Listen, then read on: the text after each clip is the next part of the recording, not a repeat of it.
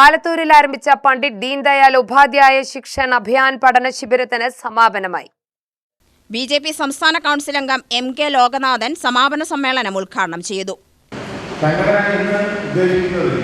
കേരളത്തിൽ ക്യാമ്പ് കഴിയുമ്പോൾ 10,000-കണക്കിന് ശിബിരാർത്ഥികളാണ് ഈ ശിബിരം പൂർത്തിയാക്കി പുറത്തിറങ്ങുന്നത്.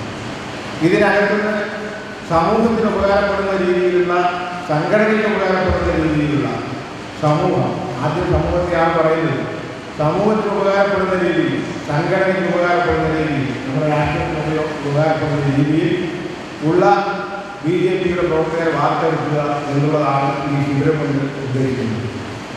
നമുക്കറിയാം, കഴിഞ്ഞ 10-15 വർഷങ്ങൾക്ക് മുമ്പ് ഭാരതീയ ജനതാ പാർട്ടിയുടെ പ്രവർത്തകർക്കും അതുപോലെ തന്നെ ഏത് തരത്തിലുള്ള ഭാരവാഹിത്വം വഹിക്കുന്ന ആളുകൾക്കാണെങ്കിലും സമൂഹത്തോടുള്ള ബാധ്യതയല്ല എന്നുള്ളത് 2014 ശേഷം ലോകം മുഴുവൻ ശ്രദ്ധിക്കുന്ന രീതിയിലുള്ള ഒരു നേതാവ് ഈ ഇന്ത്യ രാജ്യം ഭരിച്ചു മുന്നോട്ട് പോയിക്കൊണ്ടിരിക്കുന്നു.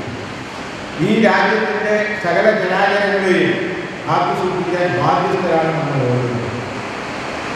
നമ്മുടെ പ്രധാനമന്ത്രി 24 മണിക്കൂറും ജോലി ചെയ്യുന്ന ഒരു വ്യക്തിയാണ്. ഈ കഴിഞ്ഞ 12 വർഷക്കാലമായിട്ട് ഒരു ദിവസം പോലും ലീവെടുക്കാതെ, ഒരു അസുഖത്തിൻ്റെ പേരും പറഞ്ഞ് ലീവെടുക്കാതെ ഈ രാജ്യത്തിന് വേണ്ടി ചിന്തിക്കുകയും പ്രവർത്തിക്കുകയും ചെയ്തുകൊണ്ടിരിക്കുന്ന ഏക വ്യക്തി, ലോകത്തിൽ ജീവിച്ചിരിക്കുന്നത് ഏക വ്യക്തിയാണ് ശ്രീമാൻ നരേന്ദ്രമോദി. നിയോജക മണ്ഡലം പ്രസിഡന്റ് M.B. ശ്രീനിവാസൻ അധ്യക്ഷനായി. കർഷക മോർച്ച ജില്ലാ പ്രസിഡന്റ് രമേശ് കണ്ണാടി മുഖ്യപ്രഭാഷണം നടത്തി.